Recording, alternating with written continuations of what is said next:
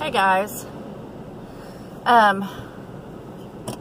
it's about 4 o'clock in the afternoon and I need a break.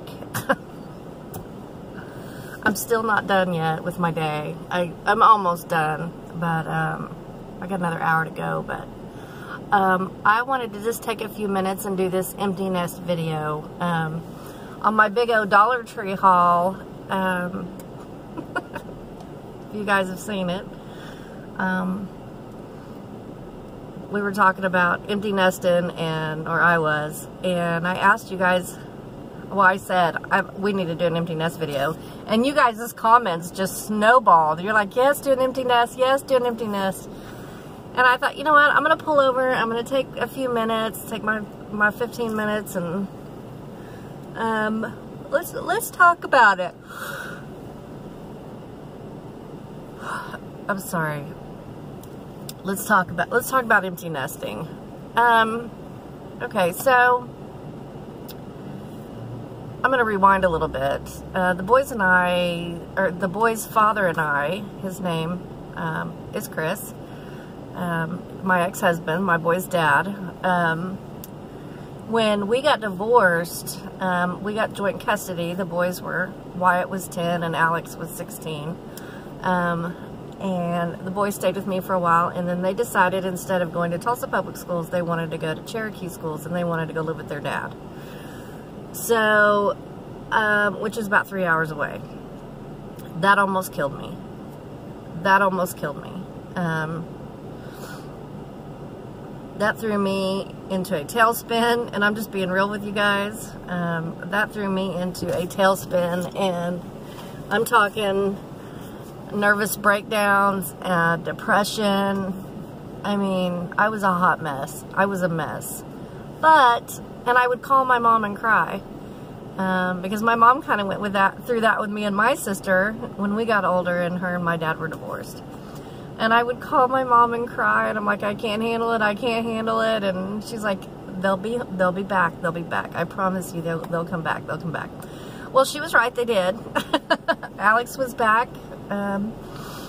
You know, within a few years, and he's still here, and it's not like they were real far away. I still got him on the weekends, and you know, I still saw him all the time, but I just, you know, I had to go from having them 24/7 pretty much by myself, because their dad worked 24/7, to, you know, doing the divorce weekend thing, and I hated it.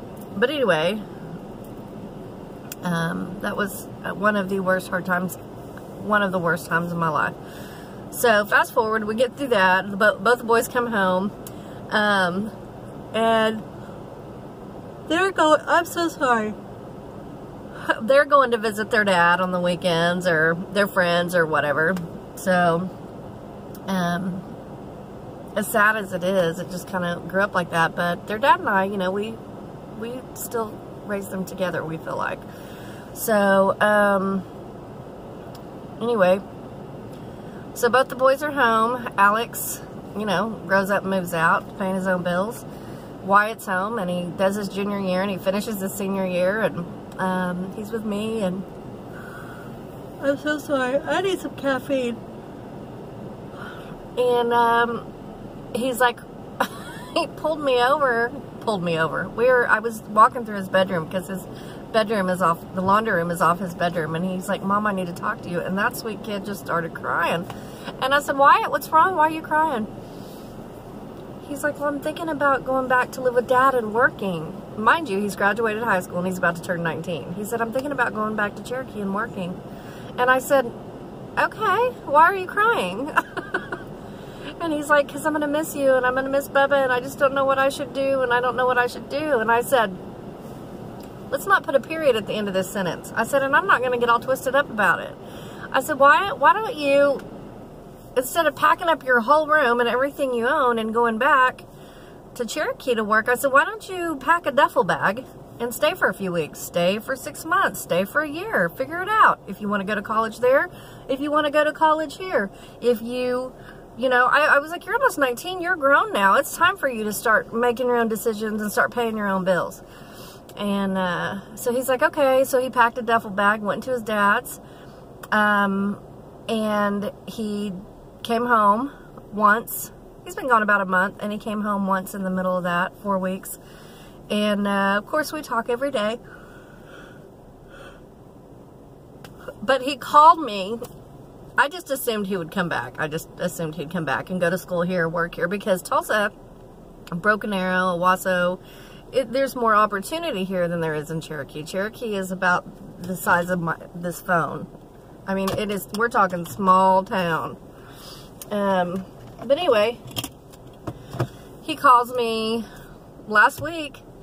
Mama made a decision. I'm going to stay here. I'm going to go back to work at this place. I'm not going to mention. He said, and I'm going to live here, and I'm going to pay rent over here. And I said, good for you. I said, okay, good for you for, you know, he's wanting to work up to management at the place he's at, and, you know, wants to pay his own bills, and good for you. Good, go Wyatt. So, when they were younger, I knew that they would be coming back. Well, now they're grown. And at the end of the day, we don't want them to come back. I mean, we want them to go and flourish and fly and be independent.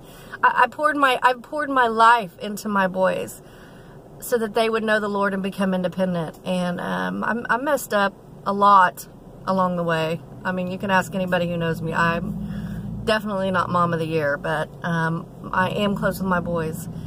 But at the end of the day, I'm just proud. But when he called me and told me all that, I said, okay, well, I love you, and I'll see you in a few weeks when you come home, and, you know, right on, good for you. And we get off the phone, and I'm okay. And out of nowhere, it hit me like a ton of bricks. And I sat in my living room and I cried. I'm going to cry now. And I cried and I cried and I cried. Not so much because they're grown and gone. That's what I want. But because I did it. I did it. I'm done. I had two of the most amazing boys a mom could ask for. And I did my job, and now, I mean, I'll always be their mom. They'll always need me. I get that. And we're close, and they'll always be around. But it's just, there's such a, when they finally grow up and they become independent, there's a finality to that. And I just, God, obviously it's still, anyway, so I sat there and I cried and I cried. So I poured myself a glass of wine, and I thought, you know what, celebrate this. And I dried it up, and I have moments where 98% of the time I'm okay. So I'm at home by myself, and then Shane walks in the door, and I had finally dried it up. And Shane walked in the door. He's like, how's your day, baby? Blah, blah, blah, blah, blah. Waterworks again. I just cried, and I cried, and I cried, and I cried, and I'm still crying, and nobody tells you. Nobody tells you how hard it is. And I know I sound like a whiny bag. Like, I get it. I know that I do.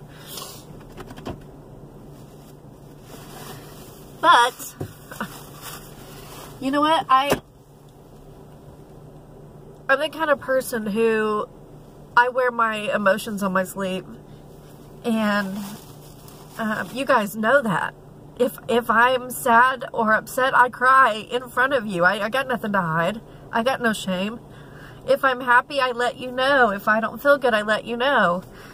And right now, I don't really feel good. I got crap sleep last night, and I don't know if it's from kayaking and mowing and allergies, but I just, behind my nose and down in my throat, I feel kind of cruddy. But anyway,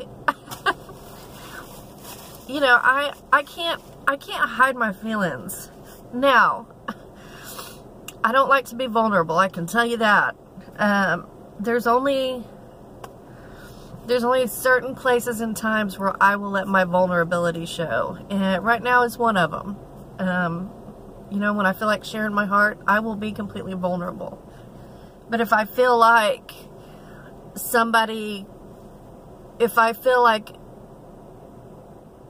an important topic is brought up, And I feel like this person on the receiving end of the conversation is not really fully heartfelt or into the conversation like I am. I'll put my guard up, and I will not show any vulnerability. I mean, I don't mean to get into all that, but I probably sound clear as mud. I know what I'm thinking. But anyway, the boys are out, and I am proud, and I'm excited. I just can't believe it. I can't even believe it. And my oldest lives 18 miles down the road. I mean, he lives right down the road. I can see him anytime I want, and I do. I'm just like, what now? I raised them. That's it. I raised my boys. So, for you guys who have been through it, you probably understand what I'm saying. It's just like, okay, you're done. You did it. You did it. You did one of the most amazing things in the world. You raised children, and they turned out pretty good. They turned out pretty good, and they both know the Lord. So I didn't mean to get on here and start crying. I knew it was going to happen. I knew it was going to happen when I started this video. I knew that this was going to happen. So I can't lie when I say I look forward to the day when I get to be a grandma. Isn't that crazy? I look forward to grandchildren. I'm not in a hurry. None of them are ready yet. You know, none of them are ready. You know, and even Riley and Dalton have been gone pretty much all summer. And, well, Riley has. Dalton's been in and out. But they both came home last night, and I just grabbed them both up and hugged them. And I said, I'm so glad you guys are home. You know, and they're 14 and 16. They're freshmen and sophomore in high school. So I'm just a big freaking baby. That's all. I'm just a big baby, and I love my kids. And, you know, when I was married to the boy's dad, I also had a bonus daughter in that marriage, and I still communicate with her through Facebook, and she is overseas right now. She's in the service, and I'm so proud of her, and I miss her like crazy. You know, so I really have 5 kids. I have one in heaven, so I have 6. I have a baby in heaven. I've got my 2 boys, and I've got 3 bonus children. Yeah. I got 6 kids. God, this is tough. Sorry, guys.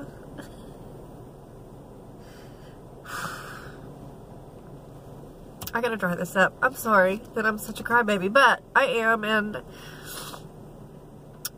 I don't think I've had a meltdown like this since I did a video when I had to bury Mandy. These are like huge changes in life. You know, life just changes so fast.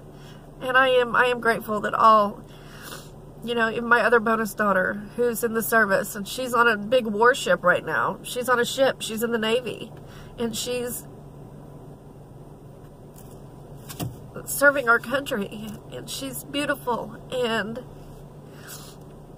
I'm so proud of her. And Alex he's a supplies manager with a hospice company, and Wyatt is working his way up to management in the little place he started working at. Riley's a straight A student. Dalton is so cranial, like he's like severely crazy, so smart. I'm just, you know, and then my baby in heaven. I'm so proud of all of them. I'm proud of all of them, and I couldn't ask for more. I couldn't ask for more. So anyway, there's my empty nest story. I thought, you know, we better get on here and talk about it, and I told you I would, and that's how I'm feeling, and that's what I'm going through, and I knew I would start crying, and one day I won't be such a big baby, but you know, it's a journey. So I got 45 minutes. I gotta go to work, and I gotta do some more stuff. So there you have it. There's the empty nest video. I love you guys. The Lord loves you more, and we'll catch you soon. Bye.